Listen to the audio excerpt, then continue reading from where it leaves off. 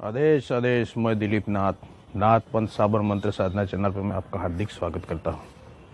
कैसे हो मेरे प्यारे दोस्तों।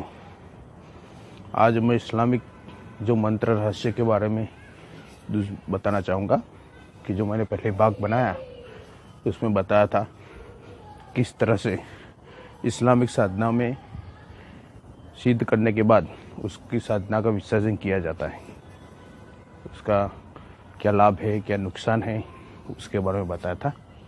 आज मैं आपको इस्लाम के और जो मंत्र है जैसे कि जिन साधना, पीर साधना, उसके बारे में बताना चाहूँगा। कि देखो दोस्तों, इसमें क्या होता है कि जैसे इस्लामिक साधना किसी करनी हो, ठीक है, तो उसके लिए कोई भी साधना शुरू करने से पहले आयतन कुर्सी जो आती है, जो एक पाठ आता है, उसका अमल आता है, ठीक है, उस परवदिगार का अमल आता है, उसका 7 बार 21 बार या 11 बार उसका जाप कर दीजिए, फिर साधना शुरू कीजिए। उससे फ़ायदा क्या होगा आपको कि जो अब साधना के दौरान कोई भी नेगेटिव एनर्जी होगी वो आपके करीब नहीं आएगी, और जो चीज़ की आप साधना कर रहे हो वो आपके पास तुरंत खींची चली आएगी। कभी भी अपने 21 दिन का अनुष्ठान हो, 11 दिन का हो, जब भी आप जाप पे बैठे तो उससे पहले ये आयतन कुर्सी 7 बार 11 बार या 21 बार पढ़ लिया करें, फिर इसका जाप शुरू कर दीजिए। और जिन साधनाओं में जो जिन्नात की अपने साधना करते हैं उसमें ख़ास चीज़ ये देखने की कि ये मंत्र पाक है कि नापाक है। अगर पाक साधना है तो आप एकांत कमरे में भी कर सकते हैं, ठीक है। और जहाँ तक मेरी माने तो जिन की, पीर की कोई भी साधना एकांत कमरे में करना चाहिए, ठीक है। नापाक साधना है तो आप कब्रिस्तान में कर सकते हैं। अगर आपके पास कोई एकांत जगह नहीं है तो उसको कोई नदी किनारे पे बैठ के भी की जा सकती है। नदी किनारे पे भी ऐसा एकांत होना चाहिए कि आप जब तक जाप करते रहे तब तक कोई आपको डिस्टर्बेंस ना हो, क्योंकि ये सब चीज़ें क्या प्रत्यक्षकरण साधनाएं हैं। कोई भी ये क्योंकि जीव सृष्टि की शक्ति है, पहले प्रत्यक्ष तो होगी, वहाँ ऑन द स्पॉट जो अपने स्पॉट पे जहाँ पे साधना कर रहे हैं वहाँ प्रत्यक्ष होगी। अगर वहाँ नहीं हो सकती तो आपके वहाँ भी आ सकती है, जहाँ पे आपका सोने का स्थान होगा वहाँ सपने में भी आ सकती है और प्रत्यक्ष भी हो सकती है। अगर अपनी साधना में कोई त्रुटि हुई हो तो सपने में भी आएगी, पर आएगी ज़रूर। अगर साधना सही ढंग से चल रही है तो कोई भी साधना का नियम होता है कि जाप शुरू करें उसके 7 दिन या 11 दिन या तो 9 दिन में उसका असर जो होता है वो दिखना शुरू हो जाता है।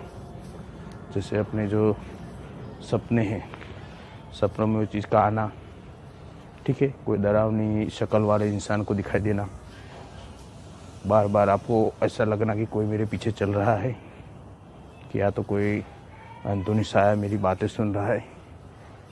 कभी भी आप ऐसी कोई एक जगह पे या कहीं बार घूम रहे हो साधना के दौरान तो आपके जो शरीर में कंपन आ जाना, ऐसा लगे कोई आसपास से गुजरा हो, ये सब साधना सिद्धि के नियम है। ये नियम में आपको यही पता चलता है, लक्षण है यही है कि इससे आपको पता चल जाता है कि जो मेरी साधना है वो सही ढंग से चल रही है। इसके कारण साधनाओं में महात्माओं ने, ऋषि मुनि ने कहा है कि साधना के दौरान कभी भी बाहर नहीं जाना चाहिए, एकांत में ही रहना चाहिए, किसी से ज़्यादा बातचीत नहीं करनी चाहिए। उसका कारण यही है क्योंकि आप जब तक साधना चालू रखोगे तब तक आप पूरे उस शक्ति जिसकी आप साधना करें उसके प्रभाव में रहोगे। जब तक आपकी वचनबंदी नहीं हो जाती, साधना पूर्ण नहीं हो जाती, तब तक उसका 24 घंटा निगरानी आप पे रहती है। आप क्या करते हो, क्या खाते हो, क्या पीते हो, कहाँ सोते हो, मन में क्या क्या विचार करते हो, ये सब वो चीज़ें निगरानी करती है और वो अपने साधकों को परखती है, सब कसौटी करती है कि लायक है कि नहीं लायक। अगर वो नेक इंसान हुआ, उसके इरादे नेक हुए, तो वो शक्तियाँ उसके पास ज़रूर आती है, ठीक है दोस्तों। तो जल्दी, बहुत जल्दी आती है।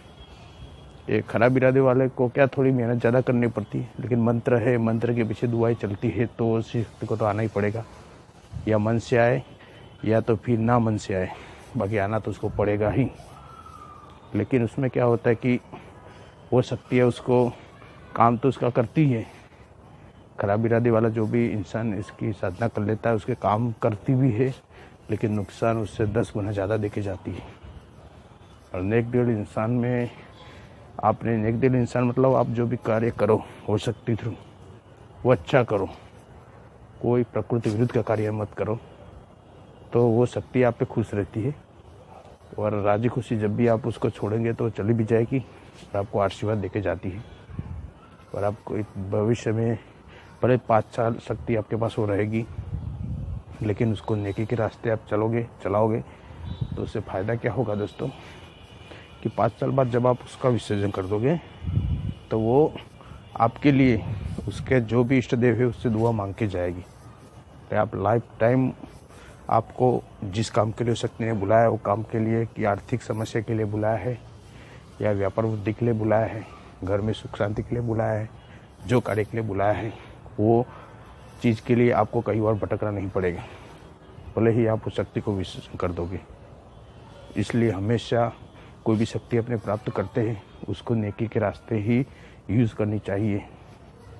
खराब रास्ते में तो क्या होता है कि तुम्हारी वाह हो जाएगी, सब लोग तुम्हारे पास आने लगेंगे, डरने लगेंगे, पर वो 5-10 साल तक ही। बाद में आपकी जो पुश्तों में या पीढ़ियों में भी आपको लोग धिक्कार करेंगे, यूँ ऐसी हालत करके हो जाती है, कोई नहीं बचता पीछे। ठीक है दोस्तों, क्योंकि कोई भी शक्ति किसी से अपने उधार ले रहे हैं। साधना सिद्धि में मैंने पहले भी अगले वीडियो में आपको बताया है कि कोई भी शक्ति है उसको अपने उधार ले रहे हैं, अपने खुद की तो शक्ति है ही नहीं। मंत्राधीन उसको अपने जो मंत्र के एनर्जी के रूप में उसको अपने अधीन कर रहे हैं, तो वो तो एक प्रकार की उधारी हुई कि आज नहीं तो कल उसको चुकाने तो पड़ेगी। लेकिन अगर नेक दिल वाली शक्ति होती है, पाक शक्ति होती है, तो वो आपको माफ़ कर देती है। हम किसी से अपने पैसे लिए, अगर वो इंसान सही हो, उसको लगे कि भाई इंसान सही है, अब उसको देने के लिए पैसा नहीं है, तो वो माफ़ कर देता है कर्ज। ठीक है, ऐसी वो शक्ति हमें माफ़ करती है, वो आपकी ऋणी नहीं रहती या आपको ऋणी रखती है।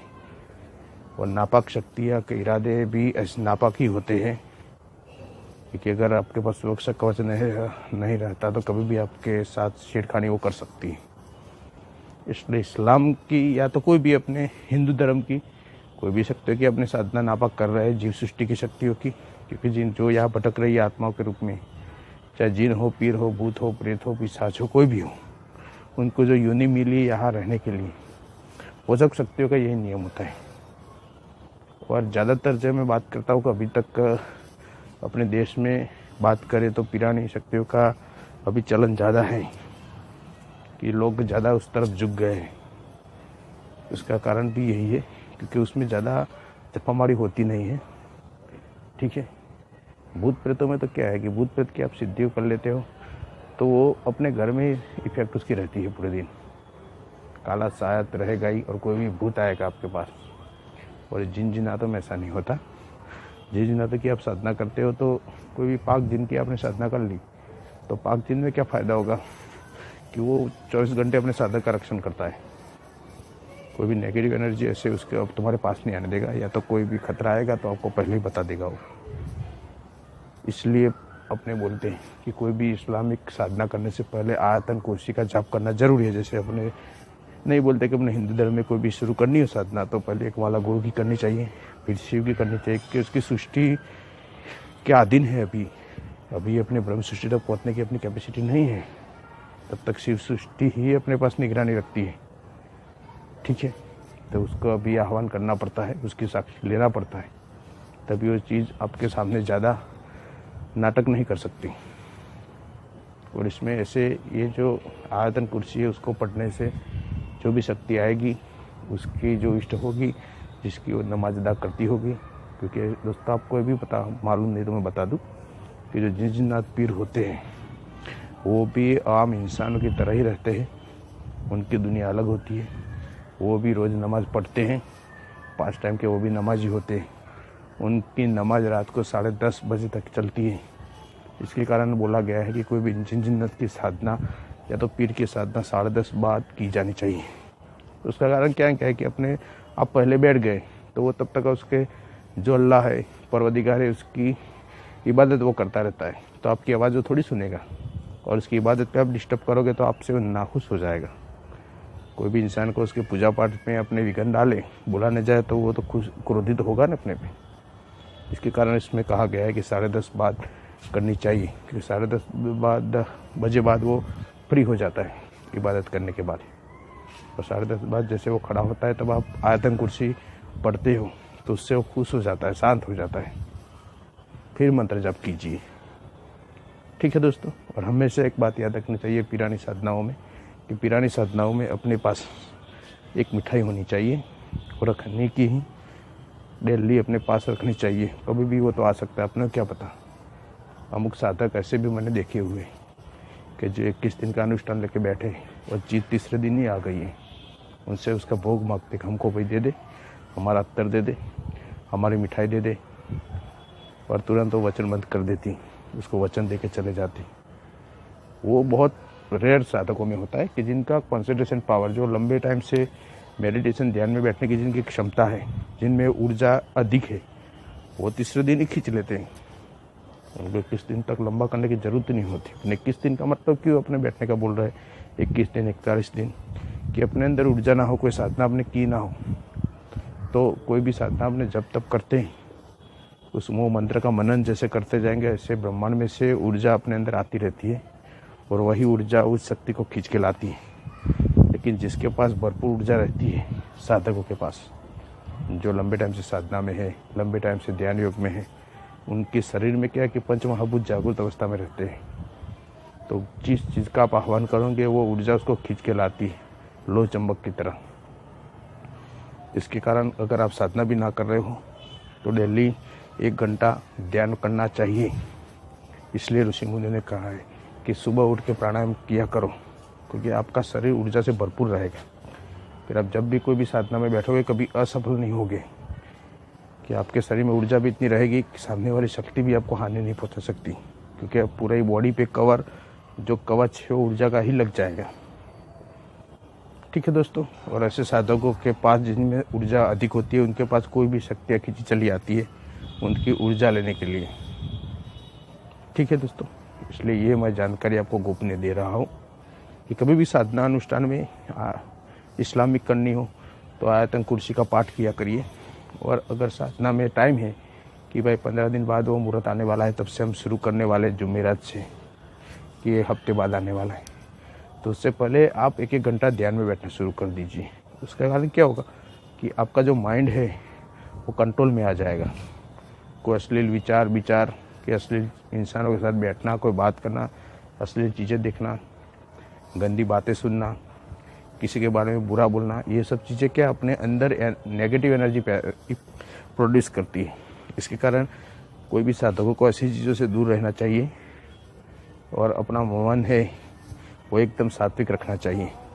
उससे क्या है कि जो ब्रह्मांड की जो पॉजिटिव एनर्जी है वो आपको तुरंत सपोर्ट करेगी। अगर आपके पास नेगेटिव होगी तो नेगेटिव एनर्जी खींचेगी, आपके पास आती रहेगी। आपके पास पूरा सर्कुलेशन नेगेटिव एनर्जी का ही रहेगा। अगर आपके विचार सात्विक है तो आपके पास वो जो एनर्जी लेवल है वो पॉजिटिव ही रहेगा। आपने कई ऐसे इंसान देखे होंगे कि जिनके पास आप बैठने से आपका दिमाग एकदम ठंडा हो जाता है, क्योंकि वो शुद्ध विचार वाले इंसान होते हैं। उनके पास जो एनर्जी है वो पॉजिटिव रहती है। जब कोई भी बंदा उसके संपर्क में बैठता है तो उसके जो दिमाग की जो नेगेटिव एनर्जी है उसको वो ब्लॉक कर देती है वो एनर्जी से। इसके कारण आपको ऐसा महसूस होता है कि भाई इंसान के पास जाने से दिमाग को शांति मिलती है। और अमुक इंसान ऐसे होंगे कि उनको आप मिलोगे तुरंत ऐसा लगेगा कि साला का या इसको छोड़ के भाग जाओ, कब इससे दूर चला जाओ, ये कब चला जाए, सारा दिमाग हटा रहा है, दिमाग गर्म कर रहा है। कि वो लोगों के पास उनकी सोच ही ऐसी होती है। अश्लील सोच, गंदी सोच वाले इंसानों के पास नेगेटिव रहती है। नेगेटिव एनर्जी जो पूरी आसपास सर्कुलेशन में घूमती रहती है, वो तुरंत आपको असर करेगी और अपना स्वभाव पूरा चिड़चिड़िया जैसा कर देगी। हम गुस्से वाला हो जाएगा इंसान, कोई भी शांत होगा तो ऐसे इंसानों के संपर्क में आने से। इसलिए साधक को पहले उस शक्ति के लायक बनना पड़ता है, क्योंकि ब्रह्मांड में सर्वोच्च और सत्य चीज़ वही है कि जो प्रकाश है सत्य चीज़ का, उसको प्राप्त करना, उस ब्रह्म ऊर्जा को प्राप्त करना। ये शक्तियाँ, साधना, सिद्धि तो क्या एक जरिया है। बिल्डिंग के टॉप फ्लोर में पहुंचने के लिए सीढ़ियाँ जैसे जरिया होती है, कोई लिफ्ट होती है, वो जरिया होती है, तो वैसे ये भी एक जरिया है। बाकी सत्य चीज़ तो अलग ही है पूरी। इसलिए कोई भी साधना सिद्धि में ये चीज़ बहुत जानना आवश्यक है हर एक साधक को, कि ये चीज़ में के लिए करने से पहले कोई भी अनुष्ठान लेना हो तो मैं तो बोलता हूँ कि उससे महीने 3 महीने से पहले से ही ये नियम आपको, नीति नियम आपको लागू करने पड़ते हैं। शुद्ध रहना, शुद्ध आचरण, शुद्ध आहार, शुद्ध विचार, शुद्ध बात, ये चीज़ अपने दिमाग में लाना शुरू करना पड़ता है। और अगर कोई इंसान ऐसे मुसीबत में है कि आसपास टेंशन वाली वातावरण हो, तो उसके लिए ऋषि मुनि ने कहा है कि ब्रह्म मुहूर्त में उठा करो। ब्रह्म मुहूर्त में उठ के आराम से कुछ ना करो तो भी एक आसन पे बैठ जाओ, पलाठी मार के। पलाठी नहीं मार सकते तो आराम से बिस्तर पे भी बैठ सकते हो, और जो वातावरण की शुद्ध ऑक्सीजन है उसको लंबी श्वास में अपने अंदर खींचो। उससे क्या होगा कि जो सुबह ब्रह्म मुहूर्त में 4 बजे से लेके 6 बजे तक जो ब्रह्म ऊर्जा होती है, जो ऑक्सीजन जो है अपने एटमॉस्फेयर में, उसमें ब्रह्म ऊर्जा बहुत भरपूर मात्रा में होती है। और जितना आप अंदर खींचोगे इतना आपके शरीर का रोम रोम उससे भर जाएगा। इसलिए कोई भी साधना करने से पहले ये ध्यान, मेडिटेशन करना आवश्यक है, इसके कारण आवश्यक है। और आप जब भी साधना में बैठोगे तो आपको तीसरे दिन से इसका रिजल्ट मिल जाएगा। पर इसलिए बोलता हूँ कोई भी साधना सफल नहीं, सब मुमकिन है, सब होता है, कुछ नहीं, कोई ब्रह्मांड में ऐसी कोई चीज़ नहीं है कि नहीं होता। कोई ऐसी कोई परिस्थिति नहीं है, ऐसा कोई संकट नहीं है कि जिसका सॉल्यूशन ना हो। सब अपने पास है, बस उसको परखने की और महसूस करने की ज़रूरत है। कोई ऐसे किसी के चक्कर में मत पड़ो कि यहाँ ये मंत्र मुझे देगा तो ये सिद्ध हो जाएगा, यहाँ मैं जाऊँगा तो ये मुझे जल्दी मिल जाएगा, ऐसा नहीं होता दोस्तों। ठीक है, अपने को उसके लायक बनाना पड़ता है। सब मंत्र सही है, कोई गलत नहीं है, किसी ने मन से घर से बना के नहीं लिखा, सब वहाँ ब्रह्मांड से आए, ऋषि मुनि ने रचना की है। बाकी साबरमती की रचना जो आदि गुरु है सदाशिव स्वयं, उन्होंने, गुरुदत्त ने, गुरु गोरखनाथ, उन लोगों ने किया हुआ है। ये सब सिद्ध ऋषि ने किया हुआ है। सब मंत्र कोई गलत नहीं है, किताब का हो या तो बाहर से मिल रहा हो। बस मंत्र पे क्या है कि जो किताब के मंत्रों में काट लग जाता है, वो उसका जप करता नहीं है, उसकी कॉपियाँ निकलती हैं, तो उसके ऊपर एक किलन आ जाती है, उसको जागरूक करना पड़ता है। अगर कोई बंदा रेगुलर मेडिटेशन ध्यान करता है, उसके अंदर ऊर्जा का भंडार है, तो कोई भी मंत्र को वो खाली कंठस्थ कर लेगा ना तो भी वो सिद्ध हो जाएगा। वो ऊर्जा जो उसके अंदर रहेगी ना, वो मंत्र के रूप में उसके अंदर तुरंत आ जाएगी। ठीक है दोस्तों, ये पूरा शॉर्टकट है, ये पूरा गोपनीय है। इसके ऊपर मैं पूरा वीडियो बनाऊंगा आपको बहुत जल्दी।